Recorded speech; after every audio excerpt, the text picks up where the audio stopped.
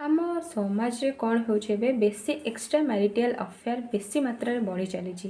ଯେତେବେଳେ ଗୋଟେ ସ୍ୱାମୀ ବା ସ୍ତ୍ରୀ ଜାଣୁଛି ଯେ ତା ସ୍ୱାମୀ ବା ସ୍ତ୍ରୀର ଅନ୍ୟ କୌଣସି ମହିଳାଙ୍କ ବା ପୁରୁଷଙ୍କ ସହିତ ଅନୈତିକ ସମ୍ପର୍କ ଗଢ଼ି ଉଠିଛି, ସେତେବେଳେ ସ୍ୱାମୀ ସ୍ତ୍ରୀ ମଧ୍ୟରେ ସମ୍ପର୍କଟା ଭାଙ୍ଗିଯାଏନି, ଗୋଟେ ପରିବାର ମଧ୍ୟ ଭାଙ୍ଗିଯାଏ।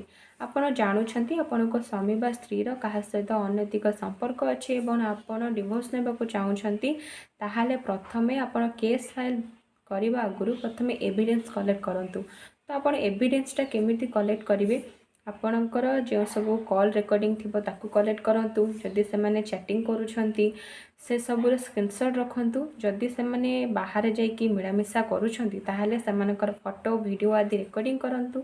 ନହେଲେ ସେମାନେ ଯଦି ହୋଟେଲ ଯାଉଛନ୍ତି ବା ଅନ୍ୟ କେଉଁ ସ୍ଥାନକୁ ଯାଉଛନ୍ତି, ଆପଣ ଯାଇକି ହୋଟେଲର ଡିଟେଲ୍ସ ସବୁ ରଖନ୍ତୁ। ଏବଂ ଯଦି ଆପଣ ଅନ୍ ଦ ସ୍ପଟ୍ ସେମାନଙ୍କୁ ଧରୁଛନ୍ତି ତାହେଲେ ଆପଣ କ'ଣ କରନ୍ତୁ କି ପୋଲିସକୁ କଲ୍ କରନ୍ତୁ, ନହେଲେ ପୋଲିସ ଷ୍ଟେସନ ଯାଇକରି ଆପଣ କମ୍ପ୍ଲେନ୍ ଦିଅନ୍ତୁ।